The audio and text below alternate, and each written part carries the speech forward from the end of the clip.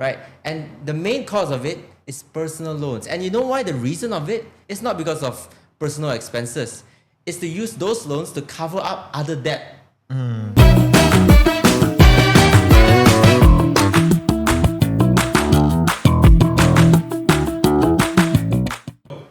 Cop Dengar Dulu. Selamat kembali kepada episod baharu Cop Dengar Dulu bersama saya Ben dengan co-host saya Sofia.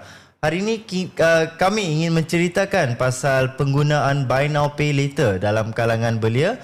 Bersama kami telah menjemput guest hari ini iaitu Jason. Jason, maukah anda memperkenalkan diri sendiri? Sure, thank you so much. Hi, I'm Jason. I'm a former alumni of Terkini as well, cohort kedua. Right, currently I'm leading a social impact organization. It's called My Chilik, a movement where we promote digital financial literacy and inclusion, which is very, very closely related to this topic. Right, so I don't want to speak from my behalf because from what I always do, I want to know what is the public's view on finance, especially on buy now pay later, this scheme. What is your knowledge on that?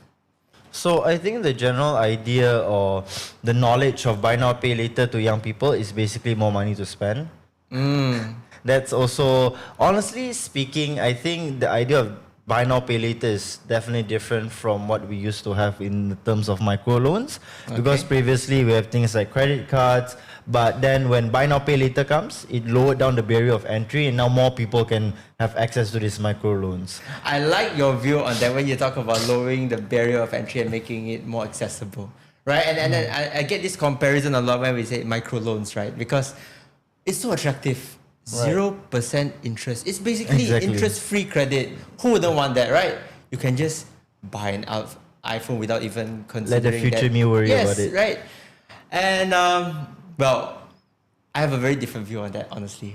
Right? I think before this session even started, I already had a very strong view on this. Not to say very extreme, but it can be very useful. Not gonna lie about that. But if you look at the stats, right? The latest stats we have June 2025 on this, right? Buy now pay later has accumulated around 3.8 billion ringgit in debt already, right? And this number is concerning because if you talk about it, it should not be accumulated that high because it's just a short-term loan sebenarnya, right? Why do people lapse on this, right? Because it's when we talk about behavior. I think just as Sophia mentioned, she said her allowance selalu just guna habis, kan Sophia? This was something we mentioned before the podcast started. Yes. So I think we want to talk about more towards our generation lah. Okay, our perhaps we have this thing we call like YOLO, right? And then when we talk about BNPL, we also think about like FOMO because why? It makes things accessible to people who not necessarily have the capacity to afford things. Give you an example, I want to take it out, right? This is an iPhone 16, okay? Right. iPhone 17 baru keluar, right? I used to never even have an Apple device, but everyone in my social circle had one. And I had this thought of FOMO now because everyone keep, hey, airdrop lah. I get left out all the time. If you give me BNPL, I would have bought my iPhone. Right. But for me, I knew at that time I was not in a position to have it. Right? So I think that comes back to it. If you make things accessible, it can be good in the concept of awareness that you know what's your capacity. All right. You know So what's your capacity. we're talking about our capacity to even afford these things in the first place, right? So I think I want to touch a little bit more on the ways of these entities or these tech giants that is trying to like limit the spendings of these, users generally. So like for example, having a small spending limit, or like the fact that if you miss one day, you'll get a very high penalty fee, or even to a certain extent, I've heard stories where you'll have like debt collectors calling you that is hired by these companies. Do you think these measures work in trying to reduce the unnecessary spending specifically in buy now, pay later. Can I just piggyback on that? Yes, I'm please. so curious. Do you think buy now, pay later schemes are predatory? Are they predatory? Can Or you give are me they- more context on how do you define it as predatory? Well, I think the most common example I can think of is Shopee Pay Later. Yes. They give out vouchers if you use their Pay Later. I was almost tempted this morning. Okay. I had an 8 ringgit off voucher, which I could have used, but I didn't because I have self-control. But with those kinds of incentives that these companies give out, do you think it's then predatory to lock them in this contract? Okay, I like to discuss about this. There's something we call a term on financial triggers, right? This is what we call like environmental, right? Where companies would necessarily set up an environment where you would have the incentive to make purchases, for example. Right? It's a social engineering tool. If you ask me, it's not necessarily predatory, but it abuses our human psychology in some So way. predatory lah tu.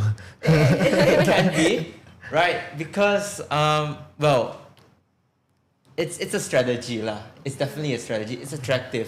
Right. And people don't really notice it because if you look at things, the way buy now pay later schemes are, it's like, it's so small payments. You don't notice it. It's not something that will really put you in debt. But the effect of it snowballing does. Because if you treat everything as just a buy now, pay later, you don't really see the present value of it. Right? Okay, maybe I can just buy a phone now. And maybe buy a new Mac. Why not? I can afford it in the buy now, pay later scheme. But when that snowballs and you mention something, there's no interest. But there's late payment fees. What if you lapse your payment? Right? And I've heard stories as well.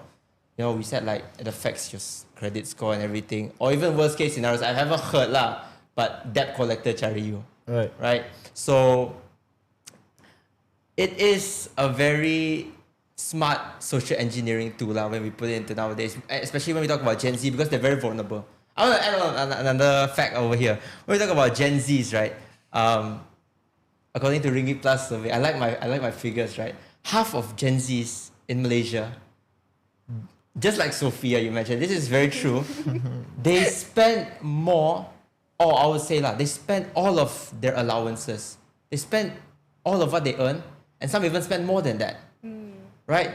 So that's the thing. When we talk about these kind of mindsets of FOMO, because they said live at the moment, you know? Right. We can earn money back, no problem. Let the future me worry about the debt. Yes. You know, and sometimes when you see people around you, you just think, maybe it's not that bad, you know, everyone seems fine, so I should not worry about it. But I would say every time, your finances is very personal, right? In Asia especially, it's a taboo because people don't really speak out of it, right? I think mental well-being is something that people are now more aware of, you know, talking about your mental health and etc. But people don't talk about their financial wellness. If you talk about stress, man, you know what's the biggest factor of stress? Money. It's money. It's money. It's not their colleague. It's not their job. It's not their family. It's money. And Asian people do not have the concept of talking about money. Right? People said, if I cannot pay my rent, should I tell my friends or my family? No, they keep it to themselves. Right. Most people let that sink in. And like you said, sampai the debt collector come to their company, come to their house, and the families are in shock. Right? Why suddenly these people come and say you're in debt? Why have I not aware of this? Because they feel ashamed.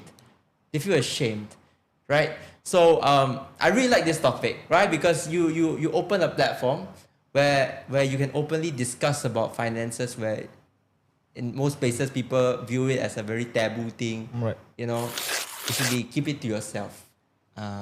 Why do you think people feel ashamed of their personal finances if they're bad? You see, money is tied to something we call dignity. Okay. Right? It's very simple. It's like the most basic things of materialism in our nowadays society. It's like the clothes you wear, the devices you use. Right? Money is a form of status. And if you say that you're in a bad financial position, people will think people look down on you. So naturally people will think this is something that I should keep to myself, right? Just for the sake of others. Alright, something maybe a little bit to a certain extent out of the topic, but I would still say it's related. There are some opinions online that says that the reason why there's a high dependency on buy now pay later is the fact that things are just too expensive nowadays. Okay. And that people have to depend on these entities that exist without any interest fee that they can worry once the next salary comes in for them to pay. Do you think that plays a huge role in why people depend on buy now pay later, or it's all a load of BS? Well, that is the truth. If you talk about cost of living and everything, it's a true thing, right? But if you ask me, right, it's not a solution. Is buy now pay later going to be a solution to your rising cost of living, right? Yeah, you can afford it at the moment, but still, it's going to catch up to you, right? And then you're going to face that reality. Some might be able to bounce back on time, but some will keep going down that rabbit hole. You know, one of the biggest concerns we have on bankruptcy, right? In Malaysia, bankruptcy is a big issue, according to AKPK, because we work very closely with them, right? The Malaysian bankruptcy rate for millennials, younger adults, 25 to 40, is 60%. 60, that's more than half of Malaysians, right? And the main cause of it is personal loans. And you know why? The reason of it is not because of personal expenses. It's to use those loans to cover up other debt. You know, it's using debt to cover debt, and then again and again and again. And that thing snowballs, man. It snowballs. So if you ask me, is that a solution? Temporarily, yes, but they're going to be trapped. Right. That's why a lot of finance advocates, they'll talk about this, where BNPL is a modern day debt trap, to some degree. Right. Yes. I'm curious about something, an issue that I want to know about. So, I think limited releases exacerbates this issue, and this is speaking for my own personal experience. Okay. Whenever something comes out, something trendy comes out, and it's a limited release, and it's the end of the month, and I've run out of money, I feel this very strong urge to take out a buy now, pay later loan. And then if I do purchase it and I end up needing something necessary for my own survival, or, anything really, food, anything like that, I end up taking another loan because I've spent my money on the previous thing. So I want to know, what is your opinion on limited releases being marketed towards Gen Z, and how does that play into the whole buy now, pay later scheme and how predatory it is? Oh, okay. Sophia, you're 20, right? And you Yes. have already took loans at this young age. I didn't. I specifically didn't, purely because of accessibility. They needed a credit card and I didn't have one. Oh my That's God. the only reason. Now, this is, for me, it's a bit alarming because at such a young age, people are already taking credits. Exactly. Right? So, when we talk about limited releases, I think it's a very basic concept. Sometimes I do workshops like this, right? It seems very simple concept, but people still don't put it into practice. It's just the basic understanding of discretionary and non-discretionary expenses, right? You definitely know, right? The iPhone 17 just came out, right? Okay. Is that a need for you? Hey, in my defense, it wasn't the iPhone 17. Oh, is it? It was the Miffy X Christie Ng collection. Okay. I'd like to defend myself. It was that. And, in my mind, I think, is this a necessity? No. But will I be using it? Yes. Well, it goes back to, well, okay, we talk about utility, that's one thing, right? If you ask me, any phone can do the same functions, basic functions, right? Maybe an Android can do an AirDrop or have a Siri, right? But it goes back to that. You mentioned, okay, what did you purchase? So sorry, I do not know what that is. I didn't end up purchasing it, but it was a handbag. I see. It was a collaboration between Miffy, which is a cartoon character, and Christy Ng, and it was limited release. Once it sells out, there's no more stock. And I think the feeling of wanting to purchase it doesn't necessarily come from FOMO. It comes from feeling security. So I don't fund my own lifestyle. I live at home with my parents, so I know that food is taken care of. I know that transport is taken care of. So to me, the allowance that I receive is purely for my own enjoyment, which is why I spend so recklessly. So that might be a factor. I think touching on that issue, right, the idea of we're still young and we have like extra cash to spend. And I think this is something that even though I don't live with my parents, I have my own dorm and etc. Amazing. I do have like other side hustles or like income that I have, like teaching debate classes and etc. And I think it's quite hard for me to try to like, tell myself, hey, you can save this money and in the future that you might need it. But again, I'm still young, and I do want to go on this kind of like, vacation with my friends. As long as, I don't go broke, I don't go and this is not so much on buy now, pay later, but more so on personal finance, is the idea that young people, we are still young. The money that we make right now will probably be insignificant once we have a actual career, like a solid salary. So like the 50 ringgit I have right now probably wouldn't matter as much, right? So I think that's the narrative that I would say that young people have, where the money I have right now will probably not be significant in the future. So let me just spend it and at least have fun while I have it, right? I think we have misguided expectations on just how high our salary will be once we graduate. I like these two people's opinion, right? Because this is what we need, right? I don't like to say that there's a right or wrong kind of situation, because I believe everyone was raised in a very different way. Definitely. Right? So to understand this is very interesting. Okay, you make a very good point there, right? If you ask me, if I save up that little bit of allowance that I gain, would it really make an impact to my situation? Yep. Okay, in reality, okay, when we talk long term, we say like compounding, etc. But some people cannot view that far, right? Definitely. Okay, so I'll put a very relatable one, okay? Financially, maybe not. But it's about the habit you bring. Yep. Remember what I just said, right? Age 25 to 40, 60% is having bankruptcy issue. Right. And how many years is that away from you?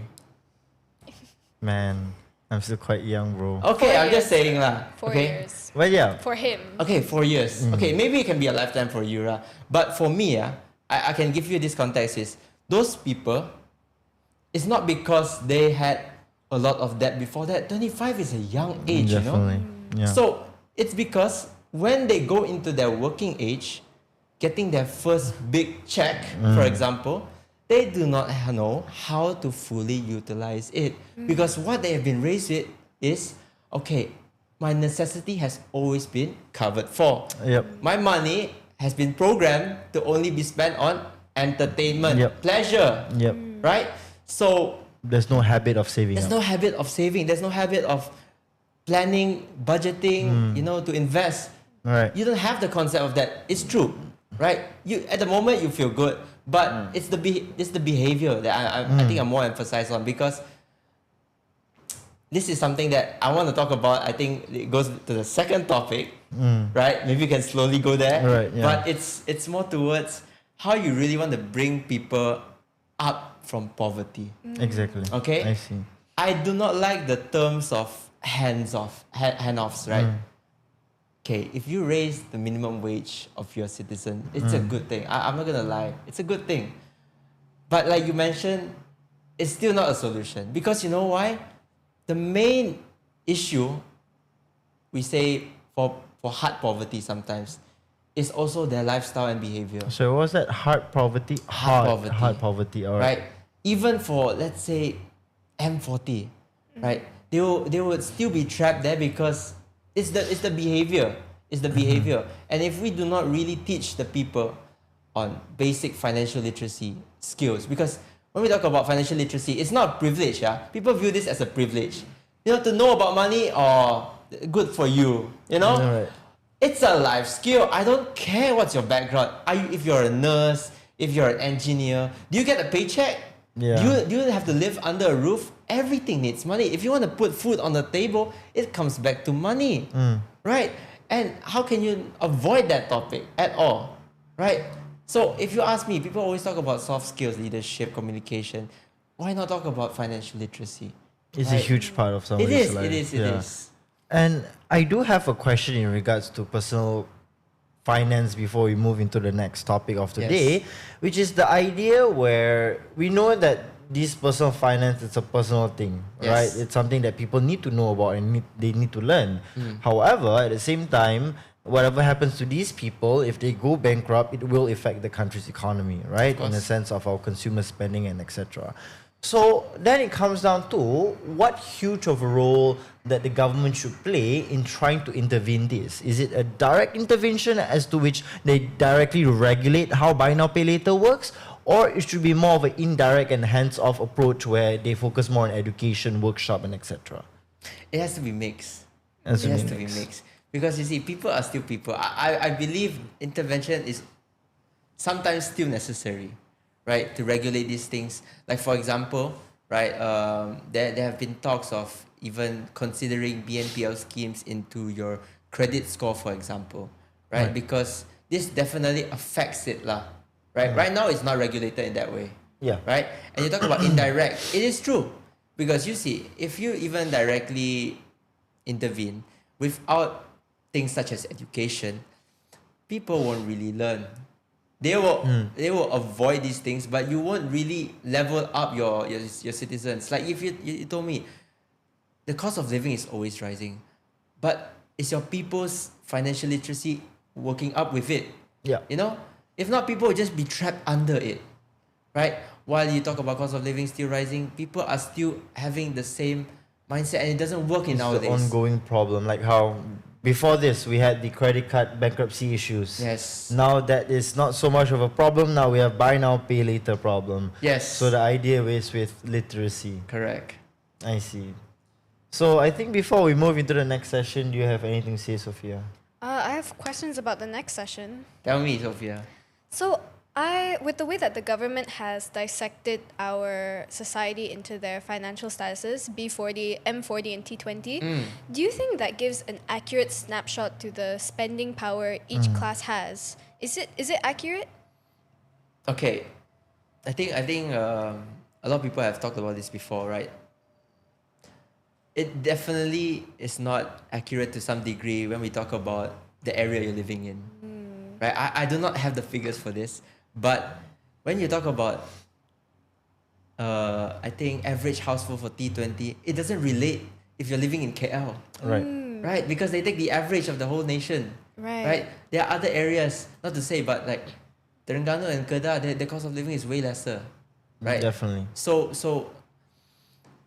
it does not accurately reflect it, but it is still a necessary measurement lah, in just knowing the overall demographic of Malaysian spending power there, right?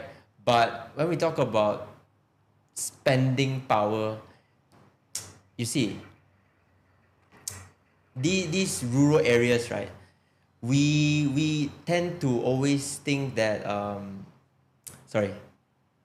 Okay. I'm a bit lost just now. It's okay.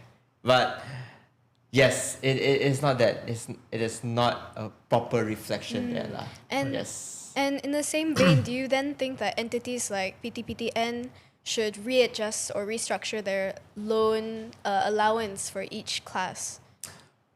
Oh, readjust based on the class. Because right now, for context, PTPTN gives out education loans based Yes. on your household income, so it does not really take into account where you live, the kind of assets you have, how many children the parents have, that sort of thing. So do you think that they should restructure based on how much of a disparity there is between T20 and B40, and how now T20 is struggling to pay their education as well? Well, I have two ways of viewing this. Yeah, I believe in a merit-based education system, right? Where if you're eligible, it doesn't really matter because, yeah, like you mentioned, we definitely want to give the underprivileged opportunities as well, right? But I would say it has to work in a more merit-based system. When you talk about PTPTN, okay, this is very interesting, but I've always thought of we need to let tertiary education be, I fight for this lah, free. Right? It has to be, because if you talk about now the education level, we are still lacking behind, where we still have to let our citizens take a loan to afford education, right? Where other countries, Scandinavian countries, for example, it's free. It's free. I don't like that idea that people have to go into debt to receive education. Because you see, PTPTN, yes, it's 1% interest, but it's still a loan. Right. Why are you putting your people into debt for education? In some way, it just feels like, a punishment, right?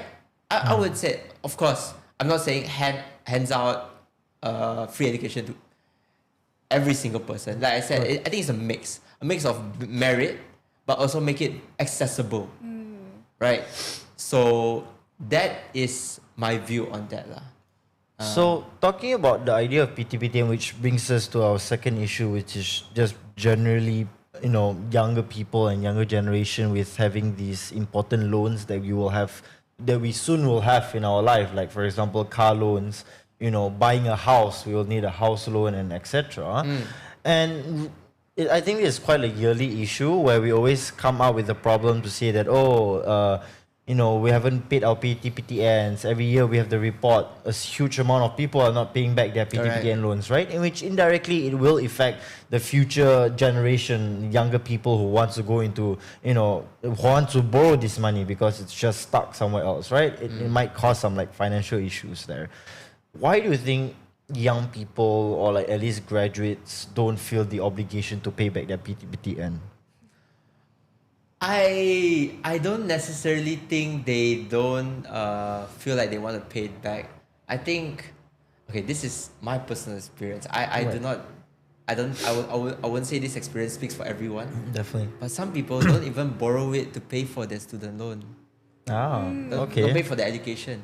I know people, they borrow PTPTN just for their entertainment. Right? How does that work? So basically, some of them, their parents pay for their education, right? But they still apply. So this is I would say maybe free a money loophole in PTPTN, where they don't really regulate it, because you know how it works. Right? It banks into your account. Really? I didn't know that. Oh, okay. You guys have not borrowed because PTPTN. for MSU, I'm borrowing PTPTN.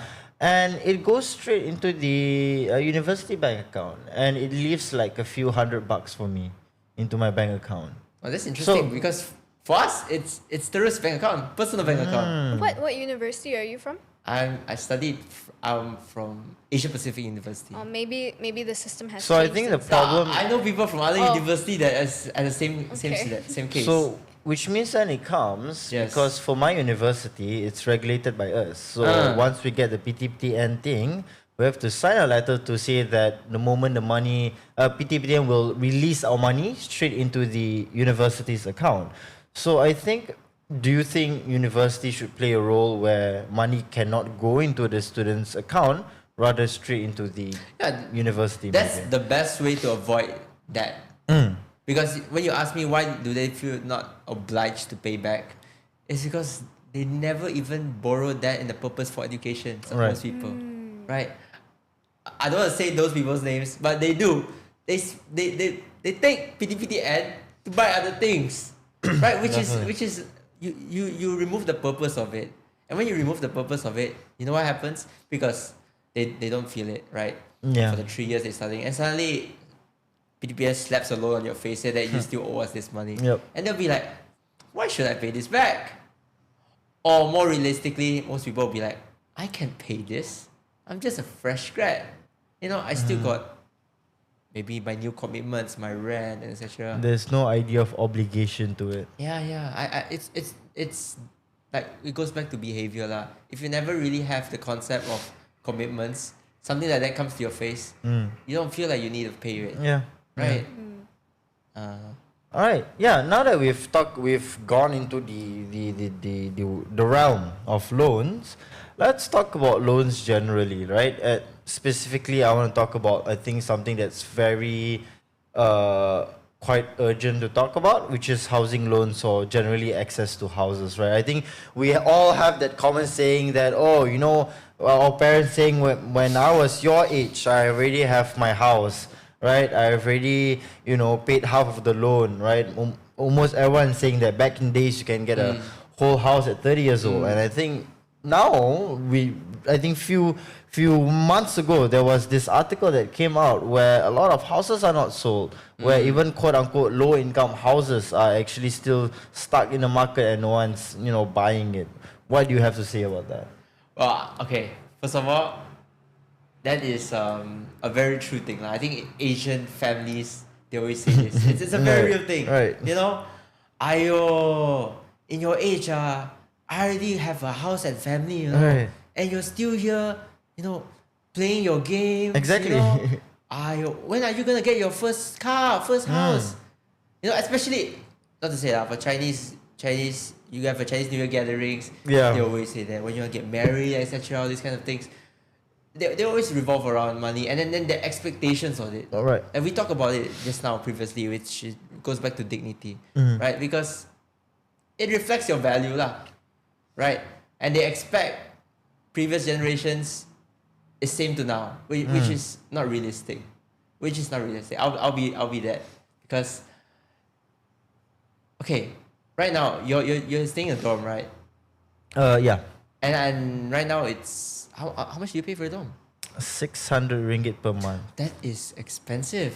Ooh. Oh, it's quite cheap considered. Is it? Comparatively speaking to other places, actually. Okay. Yeah. To hear 600 is cheap. I don't think it's cheap. 600 per month? Yeah, I mean the whole room for myself. Okay. Yeah. Okay. I mean, comparatively, according to my place, the one that I found is the cheapest so far, actually. Okay. Yeah. And at your current position, how likely do you think you're gonna get into moving out anytime soon? Probably not. I wouldn't see it as a need for me to move out, because as long as the place is comfortable, all's good. Yeah. Why do you ask that? Well, because I need to see people's I think it reflects also on people's view on their necessity nowadays, right? I don't think people have the feeling of I need to buy a house early, because there's this debate of like getting a first house or still renting. Yeah. Right? Because I think nowadays people, they like to like travel everywhere. Exactly. They don't want to have that obligation. Because a house loan, not a car loan. Car loan, maybe you can do it 3-5 years. Right. A house loan takes decades of your lives out, Right. and dedicated to that building, And people don't want to be anchored to a place. Yeah. Especially nowadays, younger generations, they want to be a bit free, right? So I think that also plays a role in it, lah. But definitely, real estate is it's always on the rise. It's always on the rise. Right. So I think Yes. there's also the factor of changing mindset towards how we view ourselves in a few years. Yeah. It used to be very traditional. Yeah. In once you hit 30, you should have that white picket fence, a family, you're married, you have Correct. maybe a kid and a dog. But now, as we're evolving and changing into a more individualistic society, I like that. we've shifted from landed houses to Apartments, personalized apartments. studios. Yeah, At least in yeah. my head, it has. it is. It's true. It is true. I think it evolves with the trend as well, lah. So, So do you think the younger generation have an issue with finding houses, or it's not a pressing issue and people can just choose to rent, or even renting is expensive? okay, I'll answer two of those. Do you think houses are not easy to find? I think houses are Yes, are it's quite too common. much. Too much nowadays. Okay, I stay in Old Klang Road, by the way. The developers there have been building condos after condos after condos, right? And I do not think housing is underhoused. It's just that Inaccessibility to Yeah. housing. yeah. And you talk about rent. Rent is expensive nowadays, man. Yeah. You say 600 ringgit for a dorm. I don't think it's affordable. I'm scared. When people talk about 600 ringgit being affordable nowadays, I wouldn't consider that affordable, because I want to put into perspective of course, yes, we are in KL, Right. right? But still, our minimum wage is 1,700, right? And to just stay in a dorm, 600, it just seems a bit alarming because of how much flexibility nowadays people have. It's not that much, right? If you really want to talk about just necessities, you're not considering transportation, not considering food, because I know people that live just on scholarships, right? And they have to work on part-time jobs, right? So, yeah, some people are privileged. They get to stay in with their family, etc. Right? Sophia's privilege. No, I'm not.